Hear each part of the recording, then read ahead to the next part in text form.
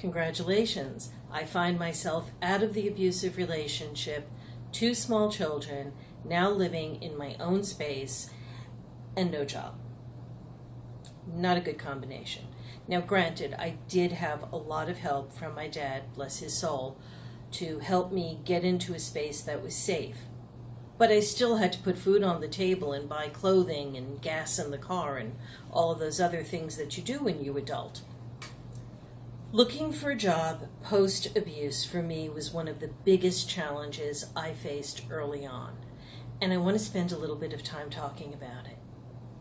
First of all, I come out of the relationship and these tapes going through my head daily. You're fat, you're ugly, you're stupid. You're fat, you're ugly, you're stupid.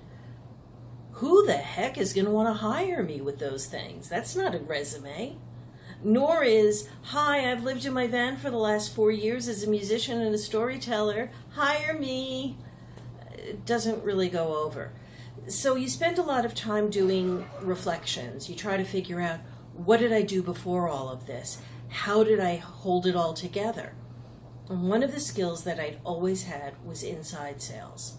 So I started looking for telemarketing, inside sales, customer service, anything like that. Finally got a couple of interviews, and lo and behold, a company hires me. And I am ecstatic. I have a job. I'm going to be able to, in 3 months, have health benefits. Life is beginning to look good. I can go down to the public assistance office and tell them, thanks, no thanks, don't need your help anymore. I'm off. I'm on my way. Did I mention the job was for a dating service? Can you even begin to imagine how bad an idea this was? You're fat, you're ugly, you're stupid. Look at all of these clients. They're beautiful, they're fashionable, they've got great clothes, great cars, great jobs, savings accounts, 401ks. And then there's me. It was not a good fit. I would go home from that job every single night feeling worse and worse and worse about myself because compared to the clients that I was helping to serve, I was nothing. I was less than nothing. Well, obviously I had to find another job. And I looked and I found a couple of other telemarketing type jobs that would hold me together. But then there was a job that said advancement, managerial, movement, you can do this, outside sales. So I went to the interview. I didn't realize when they said outside sales, they meant outside, like out in the elements sales. It was a company that sold knockoff perfumes. If you couldn't afford Dracor, then you could buy a bottle of their stuff for $10. Well, I had nothing else going on, and it was cash in my pocket every day if I could pull this off, so I signed on because, you know what? When you have to feed your children, you'll do almost anything, and I did.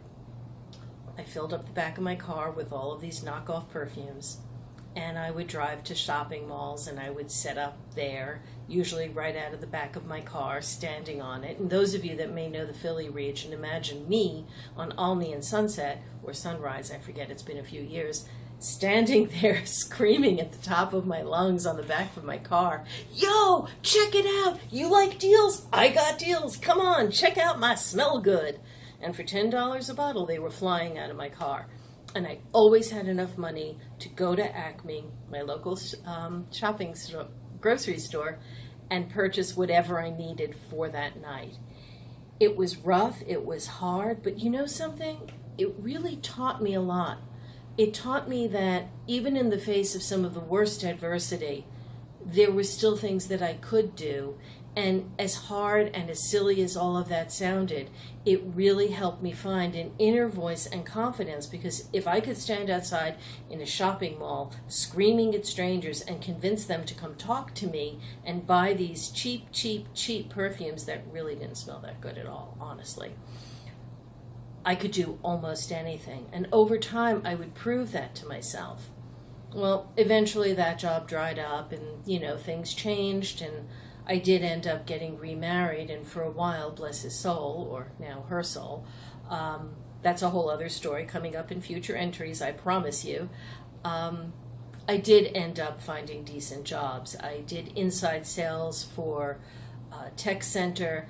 I did inside sales for Micro Center, selling full computer systems, got really good at technology. Ultimately, I did find my voice as a corporate trainer. And I worked for ExecuTrain for several years, and then a small company in Delaware, ONLC. And from there, I began to realize that there was way more to me than standing on the back of a car screaming, you want deals, I got deals. That there was more to me than being an itinerant folk musician and storyteller. Although there's still a part of me that does miss that. Maybe that's why I'm doing the vlog in part. I don't know. But it was from working in corporate sales and meeting some people that were going back to school and getting their degrees that ultimately I did end up going back to school, and I did end up with the doctorate, and I am a real professor at real schools today. And that's pretty cool. But it all started with that first step of just reaching out and saying, you know what, Tapes? I'm not fat, ugly, or stupid. I can do anything. And so can you.